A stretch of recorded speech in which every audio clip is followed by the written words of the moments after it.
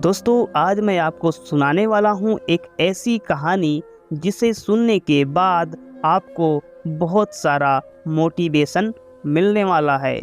इस कहानी का टाइटल है अंधा गिद्ध और दुष्ट बिल्ली। गोदावरी नदी के तट पर सेमल का एक विशाल वृक्ष था। उस वृक्ष पर कई पक्षी निवास करते थे। दिन में वे भोजन की तलाश में खेत खलिहानों में जाया करते और संध्या काल को पेड़ पर स्थित अपने अपने घोंसले में वापस लौट आते थे।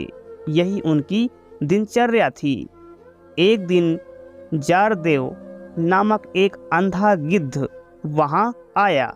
वह वृद्ध हो चला था। पक्षियों ने दयावश उसे वृक्ष के कोटर में आश्रम दे दिया। पक्षी जब भोजन की तलाश में जाते तो गिद्ध के लिए भी भोजन ले आते थे। बदले में वह उनके बच्चों की देखभाल कर दिया करता था। इस तरह गिद्ध को बिना श्रम आहार प्राप्त हो जाता था और पक्षी भी अपने बच्चों की तरफ से निश्चिंत होकर भोजन की तलाश में दूर दूर तक जा पाते थे। सुख चैन से पक्षियों और गिद्ध के दिन व्यतीत हो रहे थे। एक दिन कहीं से एक बिल्ली उस वन में आ पहुंची। इधर उधर भटकते हुए जब उस पेड़ के पास से गुजरी तो उसकी दृष्टि पक्षियों के अंडों और बच्चों पर पड़ी। उसके मुंह में पानी आ गया। वह उन्हें खाने के लिए वृक्ष पर चढ़ी तो पक्षियों के बच्चे अपने बचाव के लिए शोर मचाने लगे।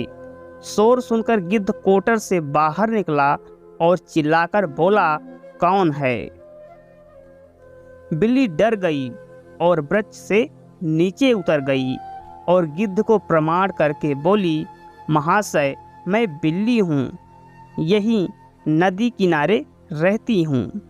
पक्षियों से मैंने आपकी बहुत प्रशंसा सुनी है, इसलिए दर्शन हेतु चली आई।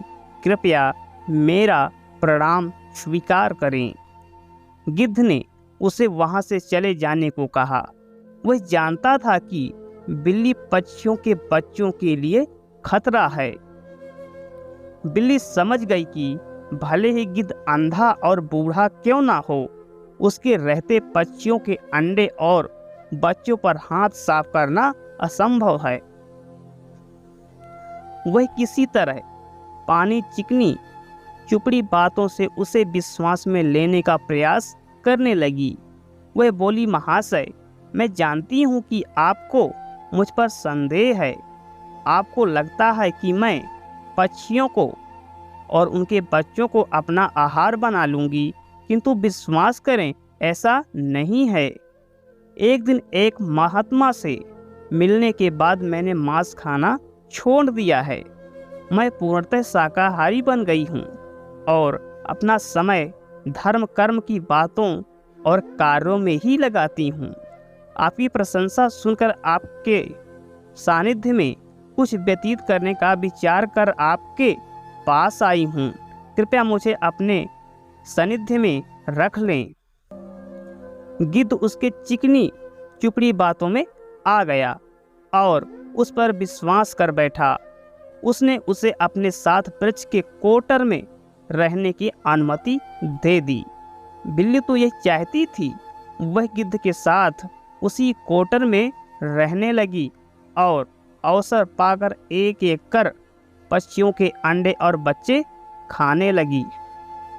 एक एक कर अपने बच्चों और अंडों के गायब होने के साथ सभी पक्षी चिंतित और दुखी थे।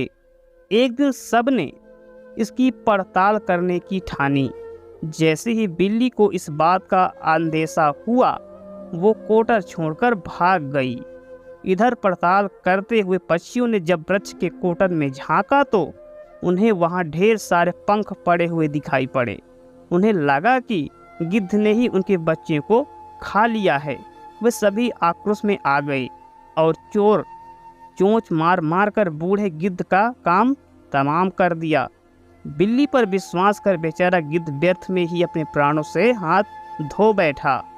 दोस्तों, इस कहानी से हमें यह शिक्षा मिलती है, जिसके कुल, गोत्र या स्वभाव की जानकारी ना हो उसे आश्रय नहीं देना चाहिए। अगर ये मोटिवेशनल वीडियो आपको पसंद आई है तो चैनल को सब्सक्राइब जरूर करना।